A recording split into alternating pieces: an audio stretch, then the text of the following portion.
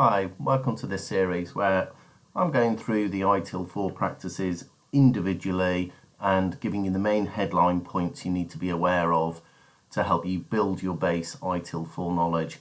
I'll also be delving into some real world experience and some first-hand experience I've had within other organisations. Don't forget to subscribe to my channel, click the bell and you'll get the notifications.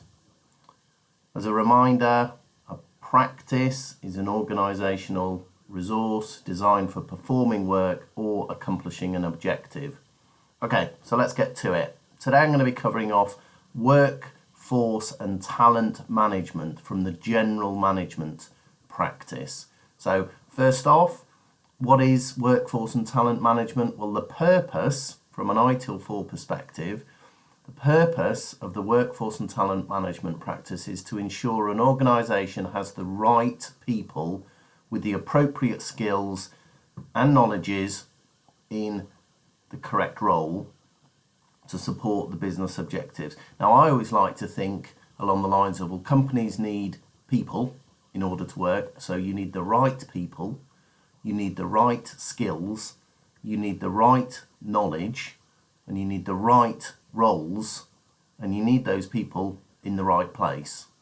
So that's just how I kind of have always sort of thought that through, really. The practice itself covers a broad set of activities, and they focus on engaging with the organisation's employees, the resources, planning, recruitment, onboarding, development of people, measuring and succession planning. Again, for me, I always think in the context of finding people in the first place, then bringing them on, developing them, improving them, training, experience, so on and so forth, making sure that they are aligned, those roles are aligned to the business in terms of the value and the objectives and the strategic direction of the business, and to help them move into operational and tactical execution. And then retaining those people, so keeping them interested and excited and involved and engaged. And then a level of succession planning, so replacements, what would that look like in terms of how would those roles change or be adapted. I'm just going to run through some definitions when it comes to workforce and talent management that I hope will be of use. So organisational velocity, that's talking about the speed, it's talking about the effectiveness, talking about the efficiency which an organisation operates. Velocity influences lots of different aspects to an organisation, whether it be risk or risk appetite, cost, safety, quality, perhaps even the time to market. My experience in this area has been certainly in different sectors that there are certain sectors work at a different velocity than others, and I'm sure you will start to see that as you work in different organisations as well. Competency, so this is a combination of observable and measurable knowledge, skills, ability, attitudes that all help and grow individuals and improves their performance, their ability, their objectives, drive towards those results that an organisation is looking for. Skills as a definition, this is about how good somebody is at something. Now that could be a physical activity, it could be a way of presenting, perhaps a verbal communication, or thinking, digesting things, coming up with ideas and ways of executing plans. Ability is about aptitude, so can they perform physical or mental activities relating to that profession or to that trade.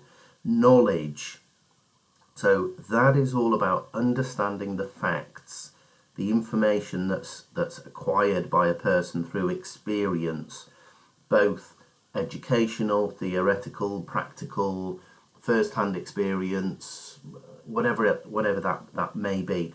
I have done another session on knowledge in one of my videos, so please do look that up, and I'll talk about the different types of learning, the different types of knowledge that you may find that of interest. And then the final definition is about attitude. So that's typically a set of emotions, a set of belief, thoughts, behaviour towards somebody or an object of some kind, or an event. Perhaps something's occurred and it is an event. So it's about core emotions, it's about core belief, and the way that an individual then behaves as a result of that.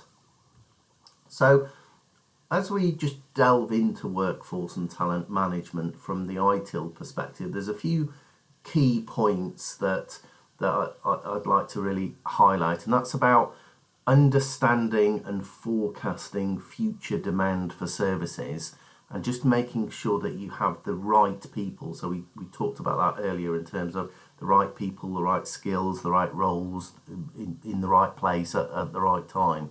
So workforce and talent management is critical in establishing the velocity, and bear in mind organisations have different levels of acceleration and forward movement, by helping organisations proactively understand, to forecast those future demands for services. It also ensures you've got the right people with the right skills, the right competencies in the right place at the right time to deliver whatever those services or whatever those products are. The other key point for me is workforce and talent management helps achieve backlog clearances. It makes things, I suppose, improves optimization, avoids rework, avoids having to do it again. It improves that quality point. So perhaps there's a wait time, for example, and people can improve on that. They can look at that. Perhaps there's a lean element or a lean dimension there that looks at it and says, okay, well, there's wastage here. So it helps transform those practices. Automation is a really good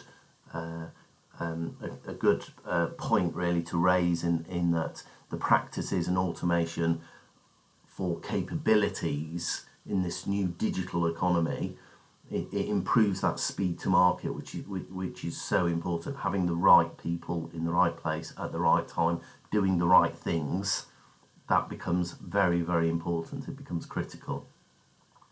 The third point to highlight around key points for workforce and talent management is it supports roles and knowledge and the skills and attitude in order to help run an organisation day to day. You need the right people in the right place at the right time to run the organisation from a BAU perspective. So workforce talent management enables organisations, leaders, managers to focus on creating effective and actionable people strategy and to execute that strategy. So there's no point in just having that strategy and we all talk about it.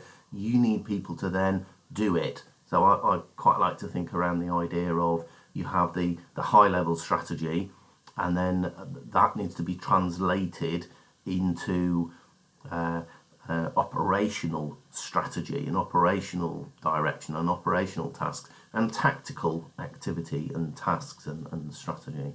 So it supports the identification of roles and associated knowledge, as well as the skills, the attitudes needed to keep your organisation running, the day-to-day stuff, the BAU, keeping the lights on.